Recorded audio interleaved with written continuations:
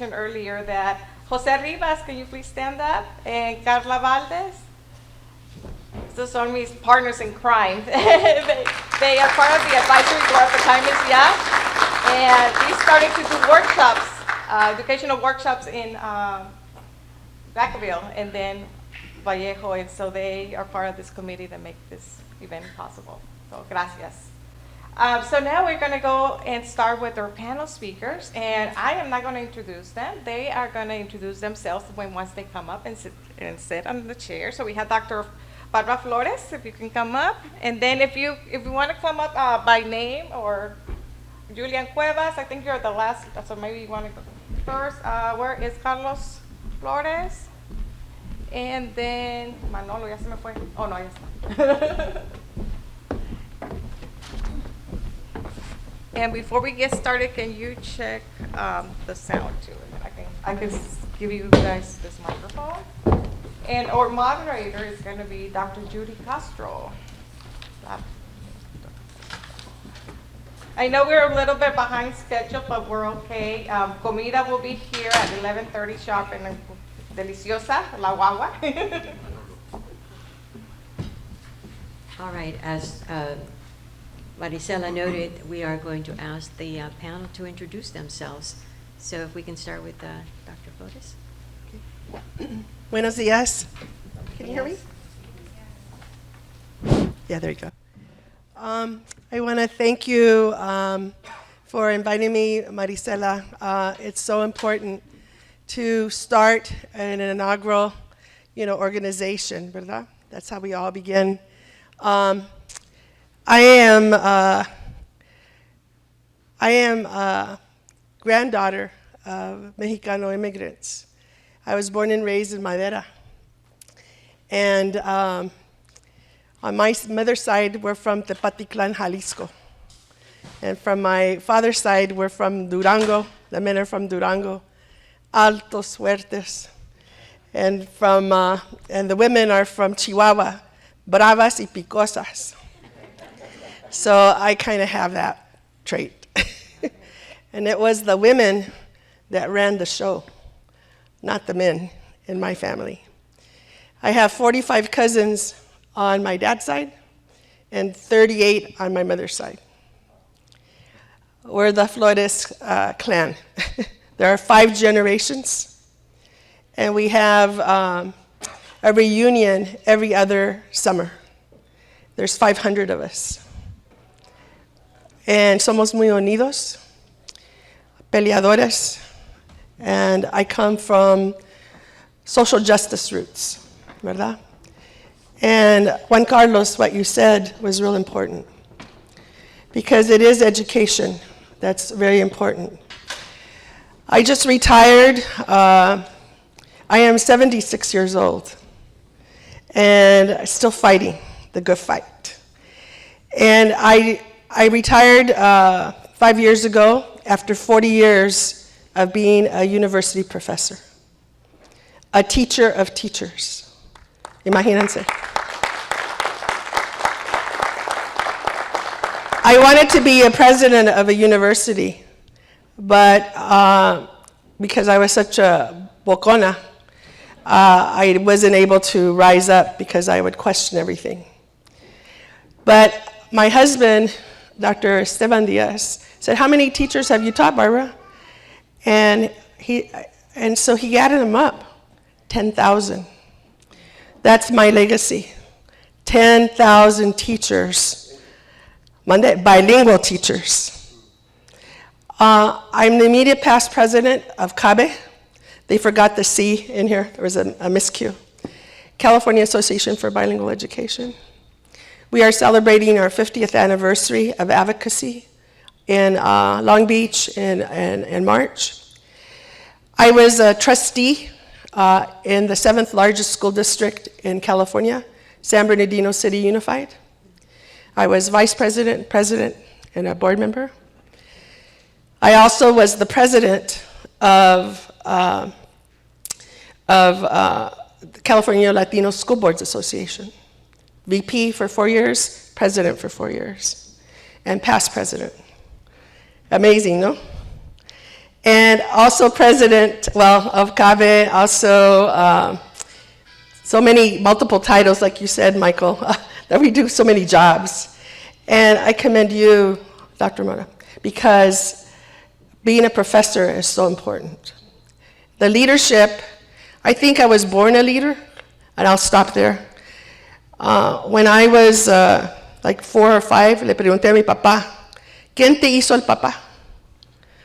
¿Qué? ¿Por qué?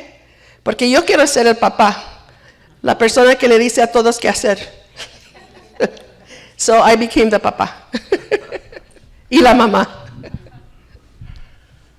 Well, thank you very much, and thank you for the legacy that you've left on teachers that will continue to give to our community. But thank you. My name is Manolo García, and estoy muy agradecido por todas las mujeres fuertes que he tenido en mi vida, ¿verdad?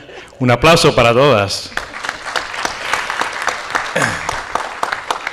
So it is a pleasure to be here. I'm currently the Associate Superintendent of Human Resources and Educator Effectiveness for the Solano County Office of Education. So I have, it's an honor to be here. Lisette Estrella Henderson, our County Superintendent, asked me to be here in her place, and it's a complete pleasure to be here. So like many of us here, grew up in an immigrant family.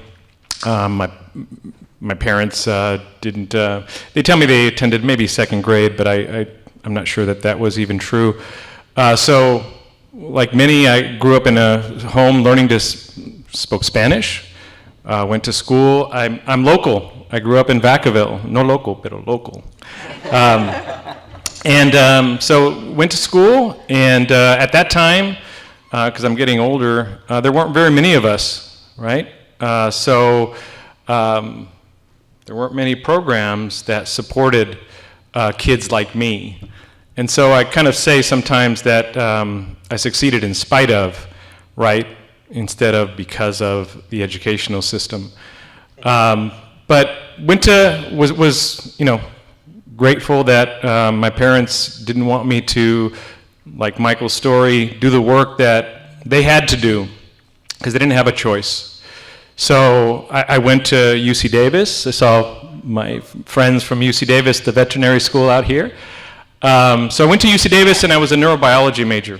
Thought that I wanted to be a doctor. Worked at Clínica Tepati my whole time that I was at UC Davis, my 5 years there, because I wanted to serve. That's what I wanted to do. I knew that what my parents faced, what they went through, I didn't want other Latino families to have to experience that, right? Probably many of you, dragged to doctor's appointments or offices to translate for your parents, help them navigate this country that was unfamiliar to them.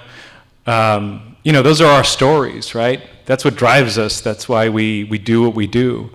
And so, for us, it's an honor to, we hope that our legacy is giving to the next generation, hoping to get us further to where we need to go. So long story short, became a teacher, and then I was a principal at a pretty young age. I think I was 28 when I became a principal in Winters, so not too far up the road, right up here, up 505. Had a dual immersion program, so I was principal and teacher in a dual immersion program there for 4 years. Then went to Markham Elementary School here in Vacaville. So for me, it was coming back home. It was giving back to the kids and the students that I could see myself in, right? I could see myself in them, and we also at Markham have one of the oldest, longest standing dual immersion programs in Solano County at Markham. So did that, and then have been fortunate enough to work in administration in the Vacaville Unified School District, and then take a leap over to do the work at the county level. But again, at the end of the day, we all just hope to make an impact on the students that we serve, and to see our communities continue to make progress. That's the goal, and it's an honor and privilege, and I feel a lot of gratitude to be able to serve. So thank you very much. All right, well, I guess that's my turn. Buenos dias. My name is Julian Cuevas. The only way to tell a story is to obviously, start from the beginning, and I know we've only got so much time. Marisela's giving me a look. I got 2 minutes. There it is. Thank you, Marisela, for having me here. Thank you to the Solano Community College for hosting us. You know, I am also the son of Mexican immigrants. My dad is from Michoacan. My mom is from Guanajuato. And I was born and raised here in Dixon. You know, my parents came here. They worked in the fields when they first moved here. My dad was 16. My mom was 12. Fast forward, my dad said this is not the life, decided to join the Army, and is now an Army vet. He was enlisted during the Vietnam War, wasn't deployed, but was serving during that time.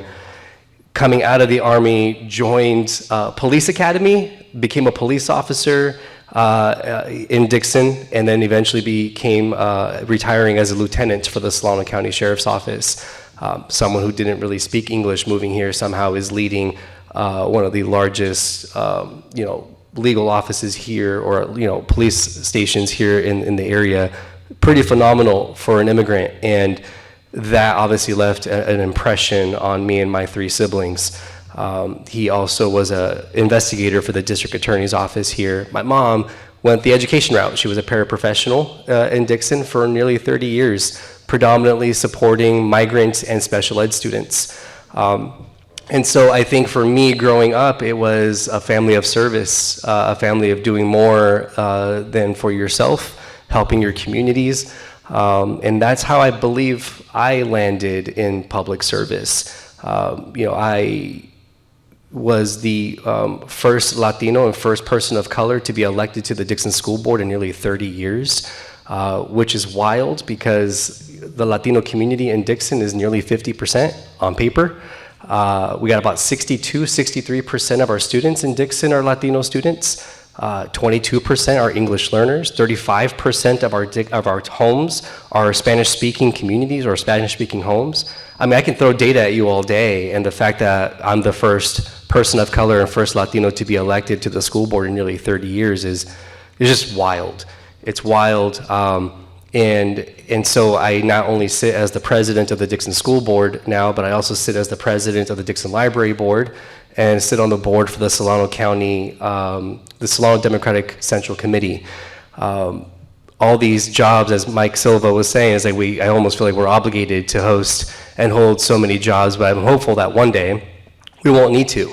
I'm hopeful that one day that we can all commit ourselves to, you know, a world and a career that allows us to be able to give ourselves to one job and do it well, and not be expected to do 5, 6, 7 jobs to just be seen and heard in our communities.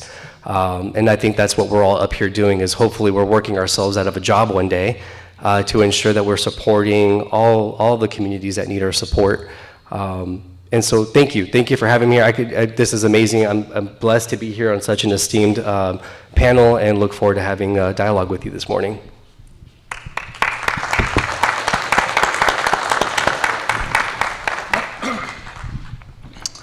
Buenos días, yo me llamo Carlos Flores. I'm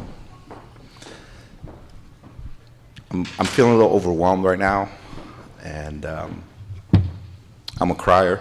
It's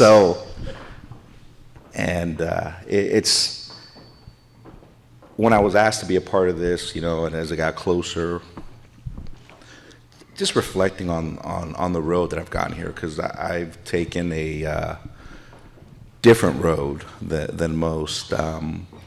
First and foremost, my family were tres veces mojados. You know, we're from El Salvador. We came here in '81, and you know, I grew up in San Francisco, moved to Vallejo, been there close to 30 years now, and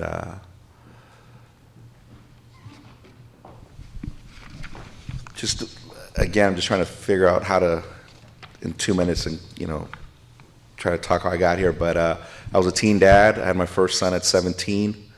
My high school picture, you know, I'm holding my 6-month-old. I tried school. It just, at the time, I didn't have the skill set for it, and I got into the trades. So in that process, I was in the field. I moved up. I became an organizer about 5 years ago, and then about a year ago, I took over a local in Petaluma. So I'm the business representative for painters. and helping our working class folks, you know, and in that area, I think my local is probably 60+% Latinos, and a lot of them are monolingual, so they hadn't had a Spanish-speaking rep there in, I don't know, 10, 20 years, if ever. I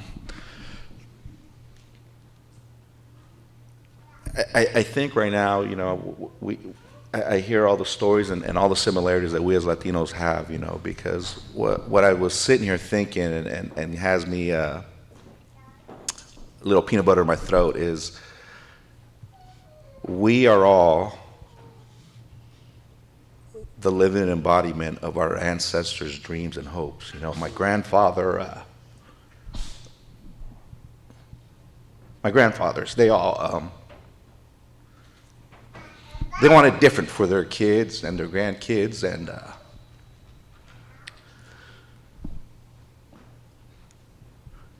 you know, I had the blessing of gifting my mom last year a second-generation college graduate, you know, because my sister graduated from SF State, and last year my son, my oldest, you know, he graduated from Sac State, you know, and for me it was a gift for my mom, you know. So here I am today, just trying to be of service to my community, trying to, if I can demonstrate through my mistakes to our youngsters that there is a different way, or if you are making those mistakes, it's not too late. You can end up wherever you want to end up. You can go wherever you want to go, you know, and it's an honor to be here to represent Vallejo, our school district, and again, thank you for this privilege.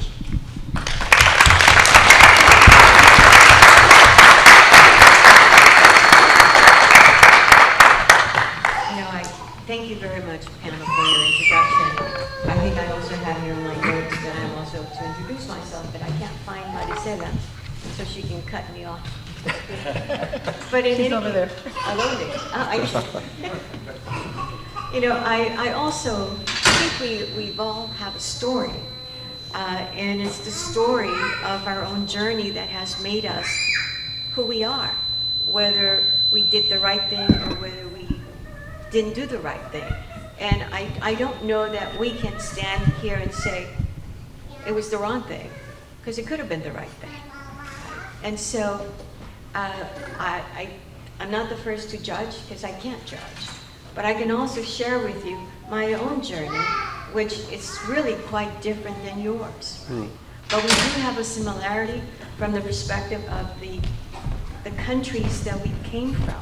However, we managed to come from Central America, from Mexico, South America, wherever, to come to the U.S. for the purpose of a dream that our parents had, a reality that our parents had. I can tell you from my perspective that, yes, we all were placed in a situation where we were interpreters. We were negotiators for our landlords and us, right? As to what we wanted to have changed in the flat that we were living in, where the sink wasn't working, it was plugged in. And what were you supposed to do but to interpret for your parents? I can also tell you about the limit based on my own parents and their exposure to education. My mom, when we were talking about what I should be doing, she said, well, you can be a hairdresser. Okay. You can be a secretary. Oh, okay. Or you can go into the army. Oh, okay. But none of that sort of sat for me. And I think I was one of those people that even today, I take advantage of every opportunity that's presented to me. So if I see a stone on the road, I'm going to pick it up. I'm going to turn it over. And I'm going to see what's there. Is it something that is relevant to me? And if it's not, I put it back. But I made the decision to put it back. It wasn't somebody else doing that for me. And I've also had the insight for me that I don't ask for permission. I never have. I do what I think is right for me, even though it may be just right for me for the moment, but not for others. So with that, I'm going to say one more thing, and that is I am totally a believer of the opportunities that we are given. We have a Hispanic Serving Institution grant that the college has received. I will give myself credit that I have brought into the institution $5.1 million to support our Latinos, undergraduates, so that they can realize their dreams by getting their education. And you have to put yourself, and you have to think about this. How can we continue to support? It is through these government grants that we get. It is about positioning ourselves in actually doing and taking action. So for me to tell you is, do not leave any stone unturned. It comes across, turn it over. You decide whether you take action on it or put it back. So with that, we are going to start with our panel. Okay, así que we're going to start with the first question. And this question will be posed to all members here. And the question is, what advice would you give Latinos aspiring to serve on school boards or in educational and leadership roles? We'll start with Dr. Flores.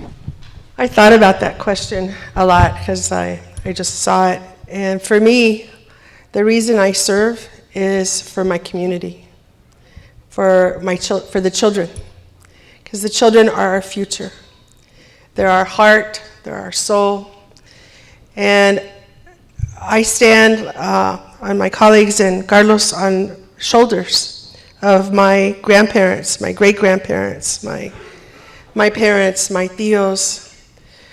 And the values that we have as Mexicanos, Latinos, are powerful. That's what drives me, my principles. The values of respeto,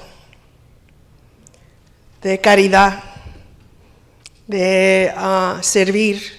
Es mejor dar que recibir y no esperar recompensa. That drives me. Social justice. When I see a wrong, I will not stay still.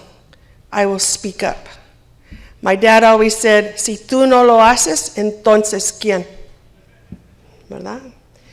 So those are the values that drive my leadership and have driven my leadership.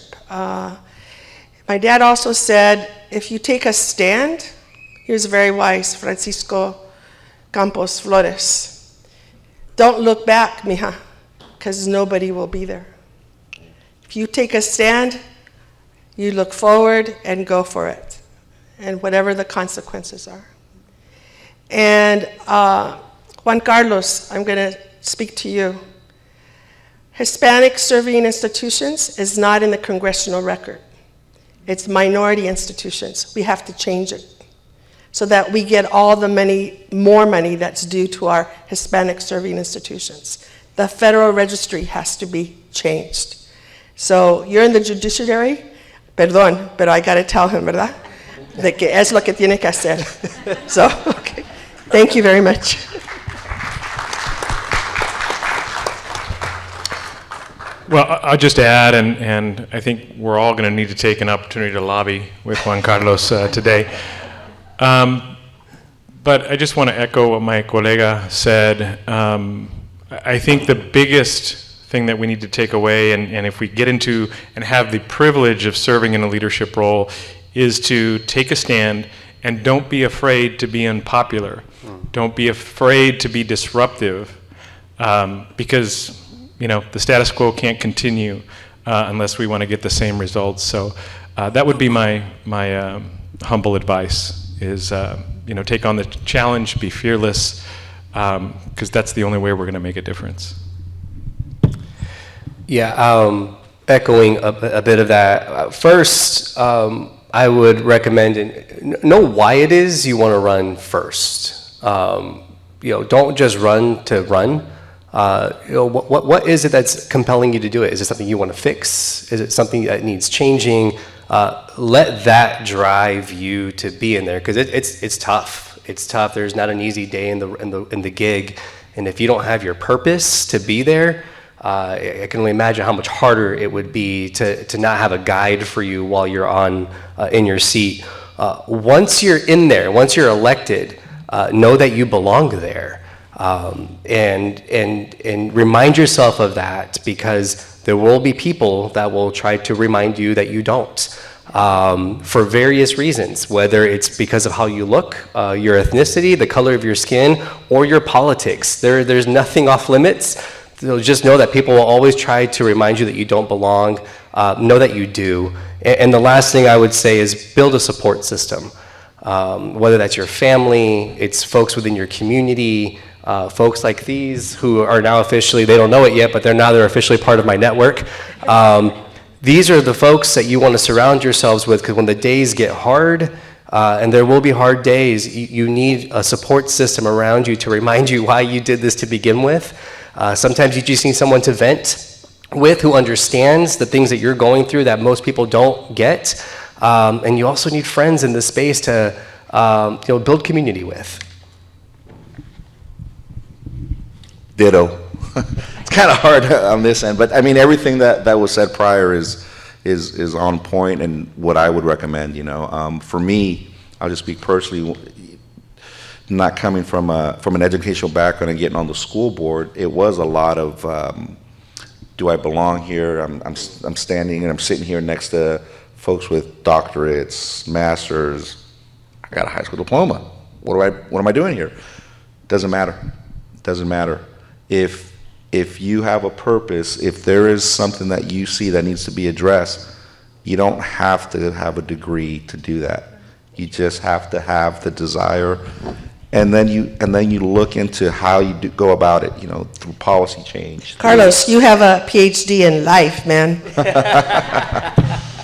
Thank you. But yeah, so I really can't add too much more than what was already stated. But it's just have your purpose, know you belong, and then execute. That's right. Thank you. Thank you. Thank you very much. We're going to continue with our themes, with its challenges and opportunities. I'm going to start with Julian and asking him to answer this question. What are the biggest challenges facing Latino students in your district? And what innovative solutions are you exploring to address them? Yeah, that's a loaded question. You heard me share the data already, right? About 63% of our student population is Latino, about 22% of our students are English language learners, and probably damn near 100% of them are Latino students, if we're gonna be real. The challenges that our district had been facing is that because we've had the lack of representation on the board, it was never really prioritized. These students were never prioritized. The outcomes for these students were never prioritized. And you could just look at the data. I think when I was running for school board, about 2.5% of English language learners were meeting A through G requirements in Dixon Unified School District.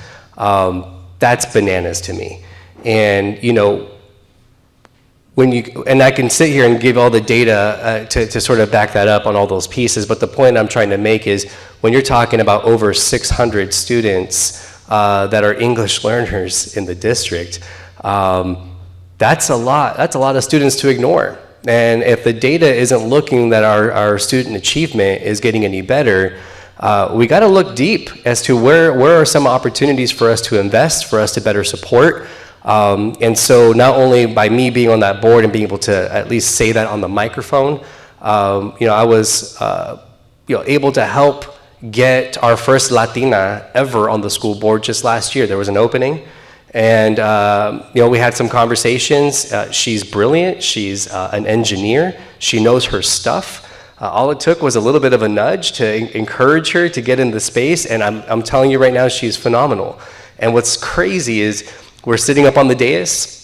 We got 5 board members. I'm on one end as the president, and she's literally the bookend to this dais. So when we're having conversations, we're literally able to look across to each other because the dais is a little bit curved.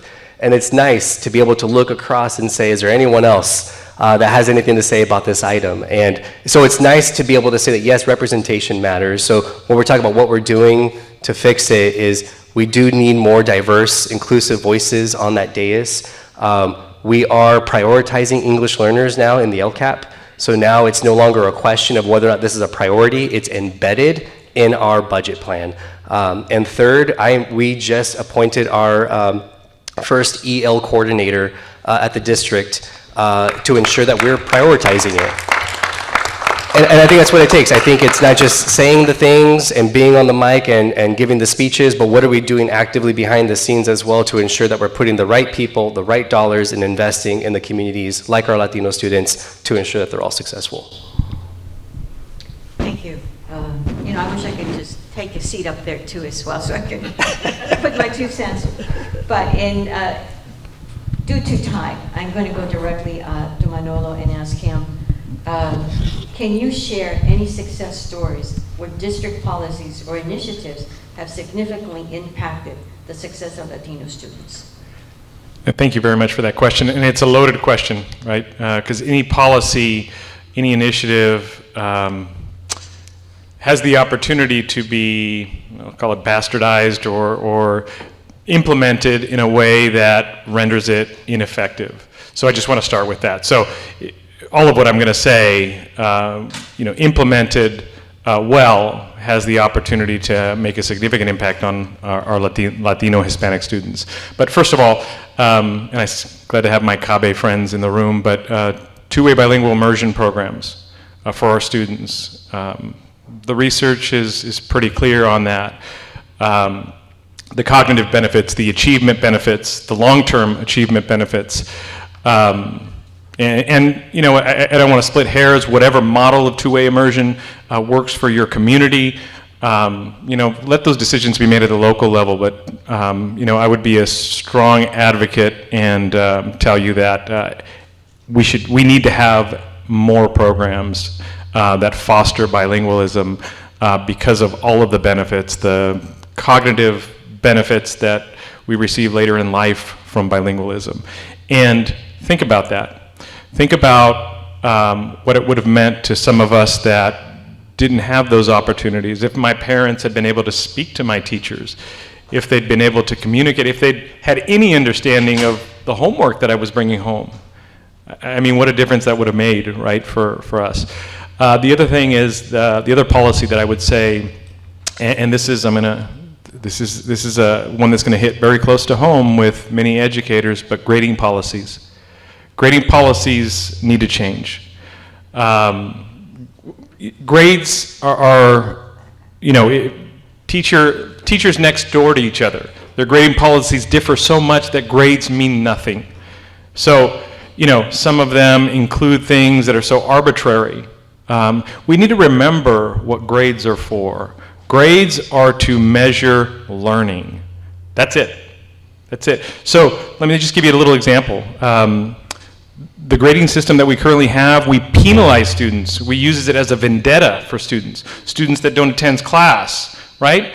Without considering whatever circumstances prevent them from coming to school, we penalize them in their grade. So, what kind of incentive do students have to continue forward and continue coming to school when, 2 weeks into the semester, 2 weeks into the quarter, they're already done. There's no turning back, right? We penalize them for behaviors in their grading. Why would we do that? Our fundamental objective in education is learning. That's it. That's it. No other. It's learning. And so why would we do that? Why would we hold students hostage with their grades? Something else about grading. We know that for many of our students, they don't all learn at the same time. Some need more time to learn concepts and skills. And what does it matter when they learn the concept and skill? If the singular objective is for them to learn, right? So let's not, you got to learn it within 2 weeks because that's when I'm giving the test. And if you're not ready, and too bad for you, whatever grade you get, it's gonna impact you the rest of the quarter. It's gonna impact you the rest of the semester. And you know what that does to our students? They have no hope, so they give up for many of them. So why would we do that? Why? So I know it sounds sounds simple, but changing grading policies can have a significant impact on student achievement. So I'll just kind of leave it at that with our time. Marisela, you are a great dancer, and I had one more thing I wanted to say. We got to increase investment in education. We are the 5th largest economy when we're pulled out as a state, right? Only the United States, China, Germany, and Japan have larger economies than California. Yet we're 21st when compared to other states in spending for education. That's not going to do it. That's not going to do it because we have a diverse population with varying needs, and so we need to invest more. We need to invest more to make sure we can recruit and retain teachers that are qualified to be in our classrooms, and we don't have a recruitment problem. The problem is we hemorrhage teachers because we don't give them the environment that they need to thrive in. And so we need to do a better job of that. We need to invest more. We need to create so that they feel like professionals, so that they can make decisions that then have a true impact on student learning. So I'll leave it at that. So Marisela doesn't have to dance anymore. I do want to ask the audience, would you like to have one more question or la comida ya? No, la comida no, los workshops. Ah, perdón. Yo estoy con la comida. ¿Así que la última? One question? Una más. Okay. Entonces a Carlos le va a tocar. Carlos, la pregunta. What role does vocational training and partnerships with local businesses play in providing career pathways for Latino students? It's a monumental role. It's literally a life-changing role, because if you can learn a trade, if you can learn a skill set, you can go get a contractor's license, and now you can become your own businessman. Now you're an entrepreneur. You can do whatever you like, or you can stay within the confines of a union. You know, I've been a member of my union for 24 years now, and I'll be retiring with a pension, an annuity. You know, I've been able to provide for all my kids, help get my kids through school. You know, so trade-wise, it's a path to that elusive middle class that we talk about, that we say used to be here, but it still is. It's just not as accessible as it once was. And from what I see, you know, vocational trades, that's an alternative path, right? Because we all want our kids to go to school. We all want them to not have to sweat and labor like our parents did. But some of us just would rather do that. And that's okay. And it's okay to encourage your children to go the vocational route, whether it's you know, a trade, whether it's beauty school, you know, whatever it is. But if it's a means for them to be able to keep themselves gainfully employed, it's an okay thing. And within these areas, what I'm discovering is that then we connect outward. We connect with our community, right? We connect with our local elected officials, and that is another way to elevate the next generation. You know, if we're making sure that they're aware that their voice matters, that their voice counts, you know, and if we're ensuring that, and we're using our institutions to get that information out to the youth, then it's all this stuff is literally life-changing, because it can be the difference between a person struggling, earning $15, $20 an hour, $30 an hour, doing the same job that a union member makes, doing the same thing, earning $60 an hour. So that's transformative. All righty. Thank you very much, panel. Very much appreciated. Absolutely, there's nothing wrong with doing that. I would also suggest be the owner. You run the show. So thank you, panel. Thank you so Appreciate much. your time. Thank you. Gracias. So they're going to be here.